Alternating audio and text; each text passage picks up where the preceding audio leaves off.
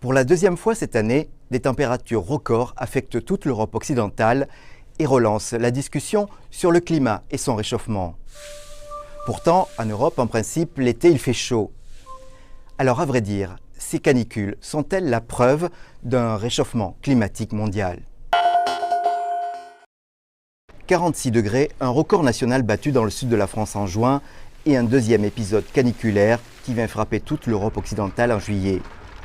Pendant ce temps, le nord-est des États-Unis se remet d'une vague de chaleur. En mai, c'était l'Inde et le Pakistan qui souffraient de températures infernales. Faut-il pour autant en faire enfin une preuve tangible du lent réchauffement climatique étudié par les experts du GIEC, le groupe d'experts intergouvernemental sur l'évolution du climat?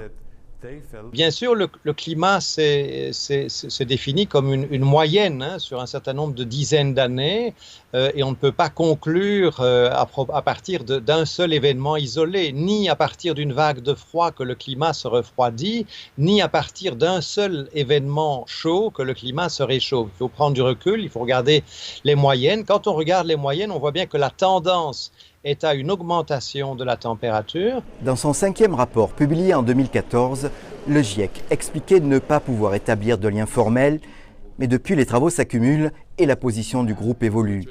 Si les événements extrêmes ont toujours existé, ce serait leur répétition et leur intensité qui fait sens. Une branche de la climatologie apparue voilà seulement 10 ans se développe, l'attribution. Nous observons les phénomènes météo extrêmes comme les sécheresses, les vagues de chaleur ou les pluies torrentielles. Et nous essayons de déterminer si le réchauffement d'origine humaine, ce que les gens appellent changement climatique, a accru leur fréquence.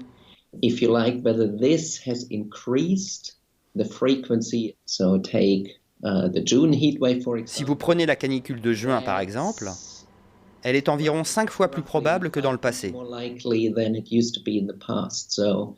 Cet événement devait se produire tous les 50 ans. Maintenant, c'est tous les 10 ans.